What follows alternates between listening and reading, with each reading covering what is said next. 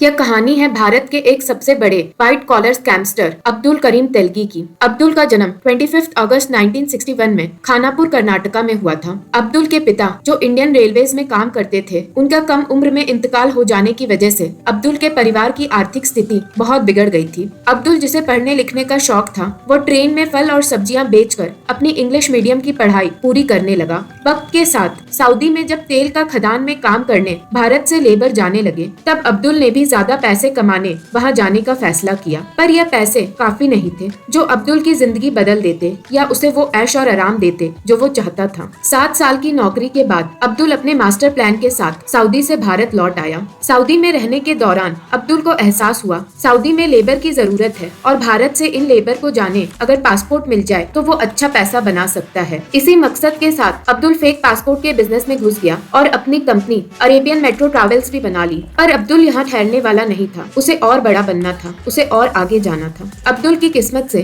नासिक में एक government stamp house को ताला लगने वाला था और वहाँ के स्टैंप मशीन को बर्बाद कर रद्दी की तरह बेच दिया जाता। अपने क्रूर इरादे के साथ अब्दुल इस मशीन के ऑक्शन में बैठा और जीत गया। और फिर क्या था, अब्दुल के साम्राज्य का पूरी तरह अब आगाज हो चुका था। अब्दुल ने यह स्टैंपिंग मशीन को तोड़ने की बजाय इसमें अपना फेक स्टैंप पेपर प्रिंट करना शुरू कर दिया, जो हर चीज में काम आने वाला था। क्योंकि यह स्टैंप पेपर गवर्नमेंट की असली मशीन से बने स्टैंप पेपर थे, कोई सरकारी कर्मचारी भी ये नहीं पकड़ पाता था कि यह नकली है। और अगर किसी कर्मचारी तक भूले भटके इसकी सच्चाई आ भी गई तो अब्दुल उन्हें भारी रकम की घूस देकर उन्हें अपने साथ शामिल कर लेता था। सरकारी अफसर से लेकर बड़े बड़े पॉलिटिशियंस भी पैसे की लालच से अब्दुल के साथ मिलने लगे और अब्दुल का साम्राज्य बड़े होते होते 30,000 करोड़ का हो गया। निजी जिंदगी में अब्दुल को मुंबई के दीपा डांस बार की प्रसिद्ध डांसर तरन्नुम खान से मोहब्बत हो गई थी और अब्दुल एक रात में उसके पीछे 90 लाख तक लुटा दिया करता था। इतनी ज्यादा अब्दुल के पैसे की ताकत थी। हर बुराई का वक्त होता है, उसी तरह कुछ अच्छे अफसरों की वजह से अब्दुल को सजा मिलने में कामयाबी हासिल हो गई और 2006 में उसे 30 साल की सजा और 2007 में उसे 13 साल की और सजा मिली। पर अब्दुल की ताकत और उसके काम के पीछे पैसों की लालच ने